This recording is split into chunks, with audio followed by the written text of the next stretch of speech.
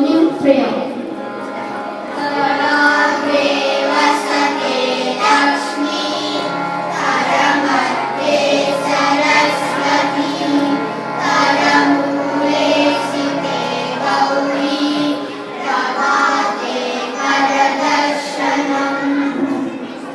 The meaning on the tip of my hand resides Goddess Lakshmi, the goddess of wealth.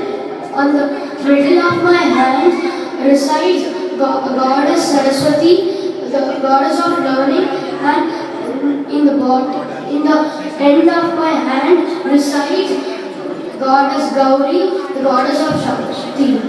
Very good. Now we are going to chant the sloka before we eat food.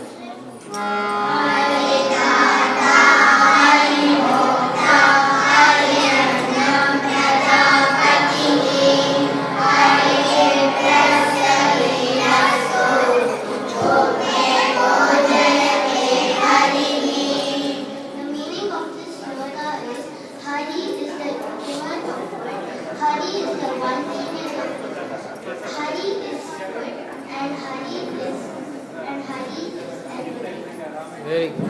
Now we are going to chant the sloka which we have to tell before going to bed.